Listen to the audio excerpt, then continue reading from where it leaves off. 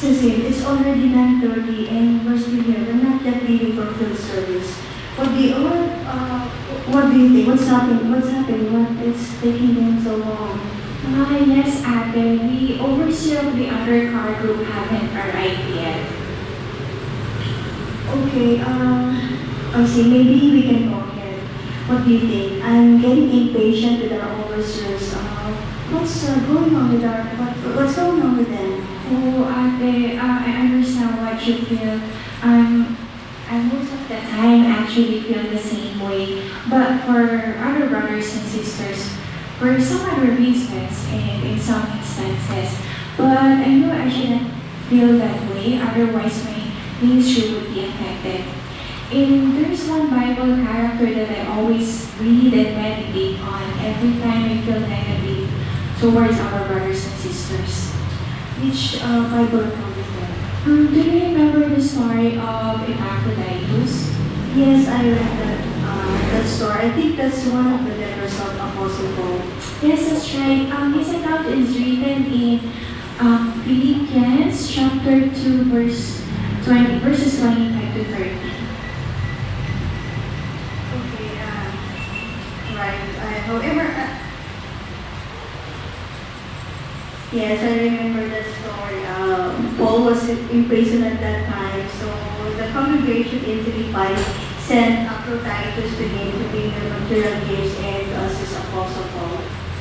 Yes, that's right. But however, Epaphroditus fell ill when he arrived in Rome, and he wasn't able to take care of Paul. And even Luke, the physician and companion of Paul, may have to neglect some other matters for Paul, just to take care of Epaphroditus. That is such a burden. He was assigned to do a service for the congregation, but he failed to do so. He must not have accepted that privilege from the beginning, right? Well, we could say so, but we must also look at how difficult the task that was assigned to him. If we read verse 30 of Philippians, Philippians chapter 2, verse 30, I will read, you can read along with me. It says here, because he yearly died on account of the work of Christ, risking his life in order to make up for your not being here to render personal service to me. Isn't that praiseworthy of him? That's right. That wasn't an easy task at all.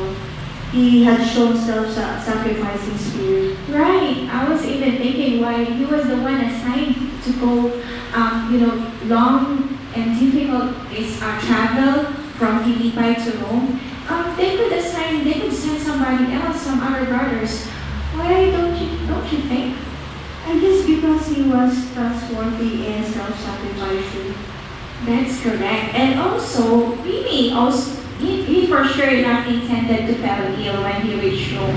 If we again read verse 26, that's another good thing about him. Chapter 2, verse 26, it says here, since he is longing to see all of you and is depressed because you heard he had fallen sick.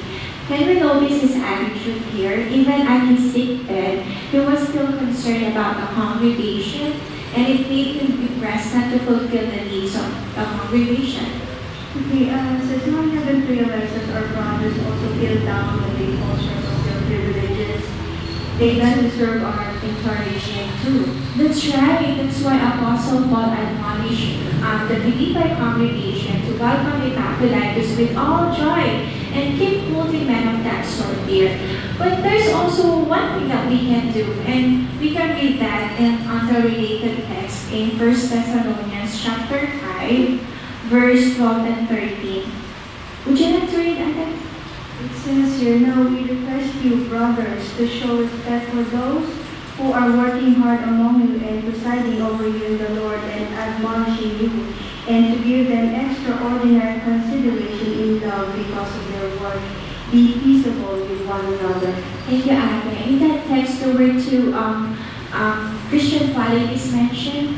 Yeah, I notice love and respect. Yeah, that's right. Would you feel respected if others always identify us by our flaws, or would we not rather want to be recognized for our many positive qualities? Or maybe could we show love by adjusting our attitude and recognizing the spiritual and positive qualities of our brothers and sisters? We have your point. You give me both sides, Cecil. That's right, Aga. I feel the same way every time I read and meditate on these things. That's how powerful Jehovah's Word to us, right? I agree with you. In addition to the work in the congregations, our brothers and sisters also have secular jobs and family responsibilities that require their time and attention. They may have their individual trials and difficulties. These hardworking fellow believers deserve our respect. Indeed, in the congregation, which is identified by the heartfelt love that exists among its members, we have numerous opportunities to honor and respect one another. Thank you, Cecil. Thank you too, Ate. I think I heard them calling us to go now. I think we have to go.